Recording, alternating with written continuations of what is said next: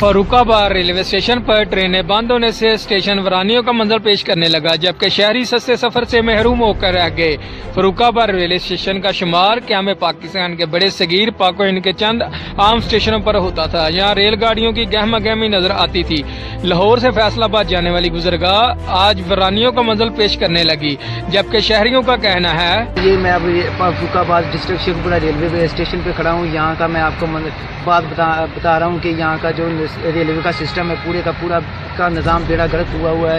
यहाँ पे पहले ट्रेनें चलती थी, माड़ी, डाची, शोरकोट, रचना वगैरह वगैरह, वो सभी बंद हुई हुई हैं। वो कोई ट्रेन भी इधर नहीं आ रही। इस हमारी एक ट्रैक है हमारा यहाँ पे, इसको कराची का ट्रैक इधर को लगाया हुआ है, इधर इस्तेमाल किया जा रहा है। सवारी जरिया जलील होंगी है, जाने का अपने नाम का अपने वैगना च जलीलों को फैसला जाती है। वो किराया 150-200 रुपया लेंगे वैगन का। हाँ जी, 200 रुपया किराया किया उन्होंने। हाँ जी, बेहद ही मुश्किल है जनाब।